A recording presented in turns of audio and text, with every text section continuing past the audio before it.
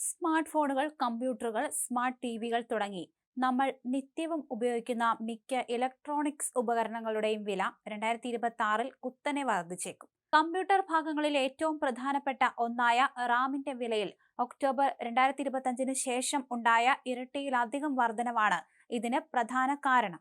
AI മേഖലയിലുണ്ടായ വമ്പിച്ച വളർച്ചയാണ് ഈ പ്രതിസന്ധിക്ക് പിന്നിലെ പ്രധാന ഘടകം. ലോകമെമ്പാടുമുള്ള വലിയ ഡേറ്റാ സെന്ററുകൾക്ക് അകപ്രവർത്തനങ്ങൾക്കായി വൻതോതിൽ റാം ആവശ്യമായി വരുന്നുണ്ട്.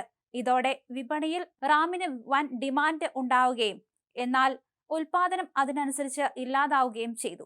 ഇതിന്റെ ഫലമായി മുൻപ് ഉണ്ടായിരുന്നതിനേക്കാൾ 500% വരെ ഉയർന്ന വിലയാണ് ഇപ്പോൾ നിർമ്മാതാക്കളിൽ നിന്ന് ഈടാക്കുന്നത്. കമ്പ്യൂട്ടർ നിർമ്മാണ മേഖലയിലുള്ളവർ പറയുന്നതനുസരിച്ച് ഒരു സാധാരണ ലാപ്ടോപ്പിന്റെ നിർമ്മാണ ചെലവിൽ മാത്രം 4000 രൂപയോളം വർധനവുണ്ടാകും. സ്മാർട്ട് ഫോണുകൾക്ക് കുറഞ്ഞത് 2500 രൂപയെങ്കിലും അധികമായി നൽകേണ്ടി വരും. മുൻപ് ഒരു കമ്പ്യൂട്ടറിന്റെ ആകെ ചെലവിന്റെ 20% റാമിനായി മാറ്റിവെച്ചിരുന്നത്. എങ്കിൽ ഇന്നത് 40%-ഓളമായി ഉയർന്നു. ഈ അധിക ചെലവ് നിർമ്മാതാക്കൾ ഉപഭോക്താക്കളിൽ നിന്ന് തന്നെ ഈടാക്കും. 2026 മുതൽ 2027 വരെ ഈ വില വർധനവ് തുടരാനാണ് സാധ്യത. ഇതുകാരണം പുതിയ ഫോണോ ലാപ്ടോപ്പോ വാങ്ങുന്നവർ ഒന്നുകിൽ വലിയ തുക നൽകേണ്ടി വരും, അല്ലെങ്കിൽ കുറഞ്ഞ പ്രകടന ക്ഷമതയുള്ള ഉപകരണങ്ങൾ കൊണ്ട് തൃപ്തിപ്പെടേണ്ടി വരും. കയ്യിലുള്ള പഴയ ഉപകരണങ്ങൾ തന്നെ കൂടുതൽ കാലം ഉപയോഗിക്കുന്ന അവസ്ഥയും വരും.